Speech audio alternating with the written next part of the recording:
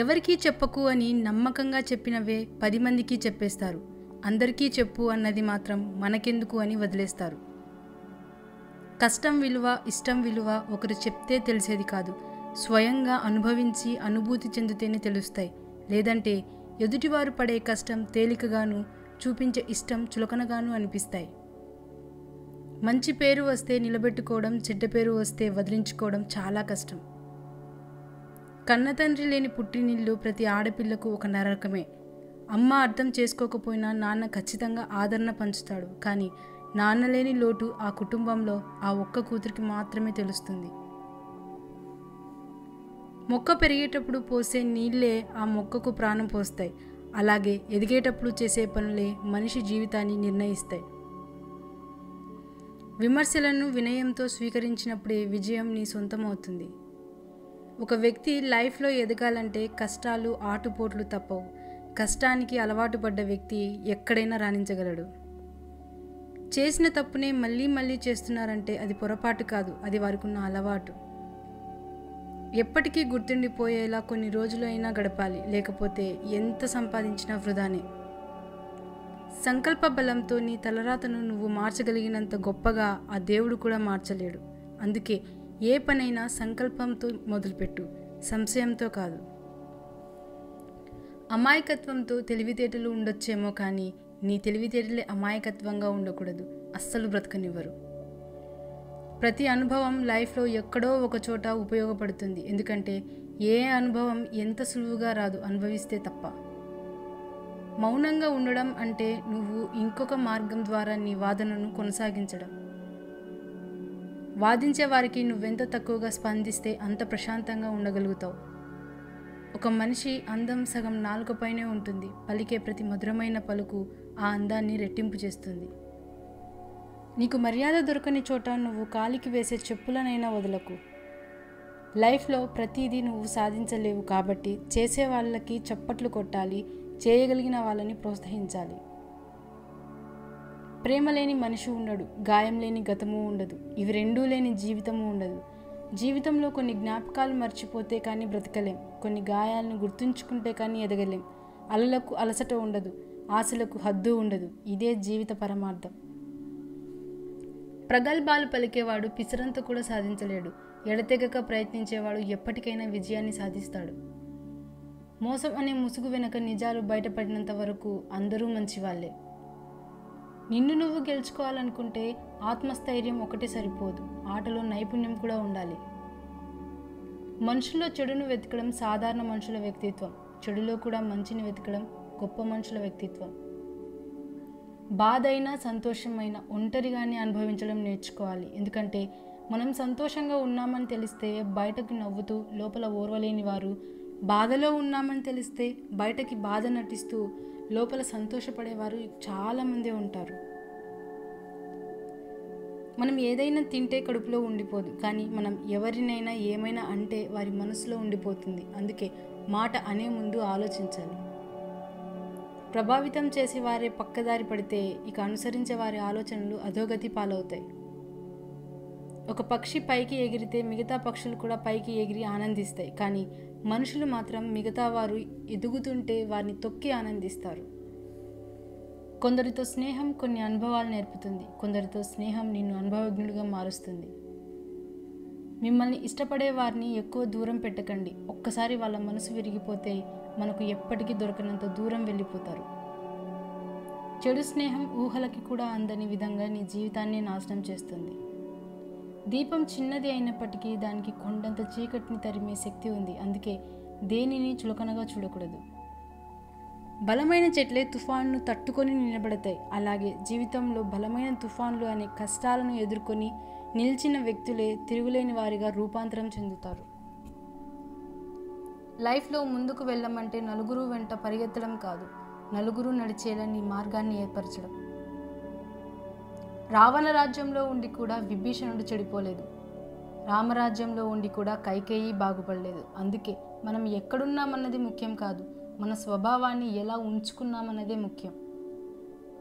మన మనస్సుకు సంతోషం వచ్చినా బాధ వచ్చినా ముందుగా వచ్చేవి కన్నీళ్ళే. మనతో ఎవరు ఉన్నా లేకున్నా చివరి వరకు మనకు తోడుండే గొప్ప నేస్తం కన్నీళ్ళు. చిన్న రంధ్రం నిండు కుండను ఖాళీ చేసినట్లే అనువంత అహం చక్కటి అనుబంధాన్ని దెబ్బతీస్తుంది. మన మనసు మాట వినడానికి ఎంతో ధైర్యం కావాలి, ఎందుకంటే మనసు ఎప్పుడు నిజాలే చెప్తుంది. లోపల జరిగే యుద్ధాలు చాలానే ఉంటాయి. కోపాన్ని అణుచుకోవడం, బాధని దిగమింగుకోవడం, మౌనాన్ని భరించడం. నీ దగ్గర డబ్బు ఉన్నప్పుడు తక్కువగా వాడుకుంటే ఆపద కాలంలో నీకు ఉపయోగపడుతుంది. అదే విచ్చలవిడిగా వాడితే నీ జీవితంతో ఆడుకుంటుంది. బాగుండడం అంటే బాగా ఆస్తి ఉండడమో, బాగా సంపాదించే ఉద్యోగం ఉండడమో కాదు. నవ్వుతూ ఉండడం, నవ్విస్తూ ఉండడం. వెనుతిరిగి చూడకండి. మిమ్మల్ని కాదనుకున్న కాలం కోసం, మిమ్మల్ని వద్దనుకున్న మనుషుల కోసం. కోట్లు సంపాదించిన మనుషులైనా, కోట్ల మందిని పాలించే రాజైనా గడిచిన కాలాన్ని తిరిగి తీసుకురాలేరు. అందుకే విలువైన సమయాన్ని విలువలేని వాటి కోసం వాడకండి. మరణం వచ్చేదాకా సమాధానం దొరకని ఒకే ఒక్క ప్రశ్న, ఎవరిని నమ్మాలి అని. దేవుడు ఈ ప్రపంచాన్ని చాలా అద్భుతంగా సృష్టించాడు. 100 కేజీల ధాన్యం బస్తాను మోయగలిగే వ్యక్తి దాన్ని కొనలేడు. అలాగే దాన్ని కొనగలిగే వ్యక్తి దాన్ని మోయలేడు.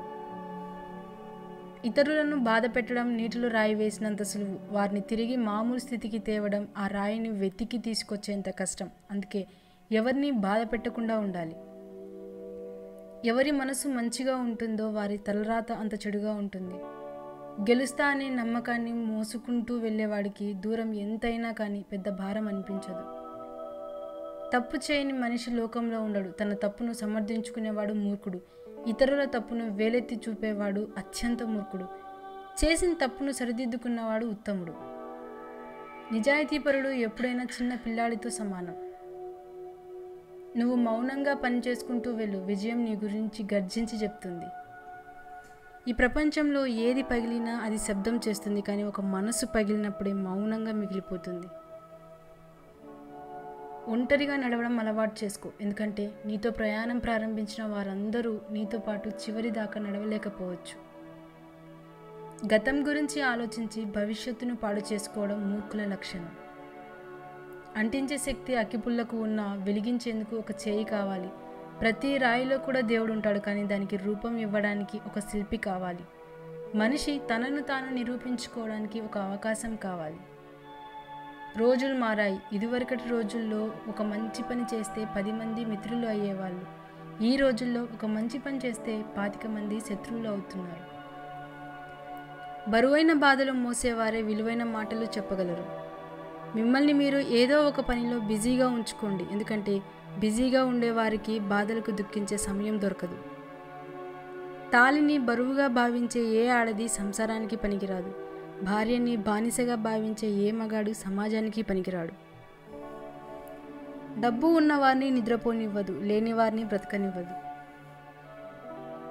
ఎక్కువ మరిగిస్తే నీళ్లు కూడా ఆవిరైపోతాయి. అలాగే భరిస్తున్నారు కదా అని బాధపడితే బంధాలు కూడా తెగిపోతాయి. ఒక ఈక ఊడిందని ఎగిరే పక్షి ఆగిపోతుందా? అలాగే ఎవరో నీతి లేని వారు ఒక మాట అన్నారని నీ పైన మాగకూడదు కదా. పూర్వపు రోజుల్లో మనుషులు రాళ్లతో నిప్పు పుట్టించేవారట. ఇప్పటి రోజుల్లో మనుషులు మాటలతో ఏకంగా తగలబెట్టేస్తున్నారు. తీయని నీరు నింపుకున్న బావి మౌనంగా ఉంటుంది. ఉప్పు నీటితో ఉన్న సముద్రం గర్జిస్తూ ఉంటుంది. అలాగే అజ్ఞాని అరుస్తాడు, జ్ఞాని మౌనంగానే ఉంటాడు. ఒక ఆకు రాలుతూ చెప్పింది, ఈ జీవితం శాశ్వతం కాదని. ఒక పువ్వు వికసిస్తూ చెప్పింది, జీవించే ఒక్కరోజైనా గౌరవంగా జీవించమని. ఒక హృదయం నవ్వుతూ చెప్పింది, అందరి మనసుల్లో మంచి స్థానాన్ని సంపాదించమని. అబద్ధాలు చెప్పి బ్రతికేవాడికి ఆనందాలు ఎక్కువ, మనశ్శాంతి ఎక్కువ, విలువ ఎక్కువే. కానీ నిజాలు చెప్పి నిజాయితీగా ఉండేవారికి మాత్రం నిందలు ఎక్కువ, విలువ తక్కువ, ఆనందం తక్కువ, మనశ్శాంతి తక్కువ. ఆనందాన్ని ఇచ్చేవన్నీ మనకు మంచివి కావు, బాధ కలిగించేవన్నీ చెడ్డవి కావు. పనిమంతుడు పనిని విశ్రాంతిగా భావిస్తాడు, బద్ధకస్తుడు విశ్రాంతిని కూడా పనిగా భావిస్తాడు. నువ్వు ఒక పనిని చేయగలను అని నమ్మితే ఆ పని సగం పూర్తయినట్లే. అనవసరమైన ఆలోచనలను ప్రారంభంలోనే అణచివేయకపోతే నువ్వు నీ మనశ్శాంతిని కోల్పోతావు. ప్రతిదానికి అందం ఉంటుంది, కానీ అందరూ దాన్ని చూడలేరు. వాదించే వారికి నువ్వు ఎంత తక్కువగా స్పందిస్తే అంత ప్రశాంతంగా ఉండగలుగుతావు. వేధించే వారికి ఎంత దూరంగా ఉంటే అంత మనశ్శాంతిగా బ్రతకగలుగుతావు. అర్థం లేని కోపం, గౌరవం లేని బంధం, బాధ్యత లేని యవ్వనం, అలంకరణతో వచ్చే అందం ఎక్కువ కాలం నిలబడవు. నీకు సహాయం చేసిన వాళ్ళను మర్చిపోవద్దు. నిన్ను ప్రేమించిన వాళ్ళను ద్వేషించవద్దు. నిన్ను నమ్మిన వాళ్ళను మోసం చేయొద్దు. మనసు లేని మనుషులు మన చుట్టూ ఉన్నంత వరకు మనసున్న మనుషులకు మానసిక బాధ తప్పదు. ధీరుడు ఎప్పుడూ తనకు కావలసినది స్వయంగా సాధించుకుంటాడు, ఒకరి నుంచి తీసుకోవాలనుకోడు. ఎక్కువగా పట్టించుకుంటే ప్రతి ఒక్కటి బాధిస్తుంది. కొన్నింటినైనా వదిలేస్తే ఉన్న ప్రశాంతతైనా మిగులుతుంది. ఆనందంగా ఉండేవారు తమ దగ్గర ఉన్న వాటి గురించి మాత్రమే ఆలోచిస్తారు. ఆనందంగా ఉండలేని వారు తమ దగ్గర లేని వాటి గురించి మాత్రమే ఆలోచిస్తారు. ఒక వృత్తిలో ఉన్నత స్థానానికి చేర్చుకోవాలంటే ముందుగా ఆ పని మీద మనకు ఇష్టం ఉండాలి. మనం ఎవరికి అయితే ఎక్కువ విలువ ఇస్తామో వాళ్ళ దృష్టిలో మనం చాలా చులకనగా కనిపిస్తాం. ఎవడి జీవితం వాడికి బరువే, పక్కనోడి జీవితమే తేలిక. ఎందుకంటే వాడి జీవితాన్ని వీడు మోయడు కనుక.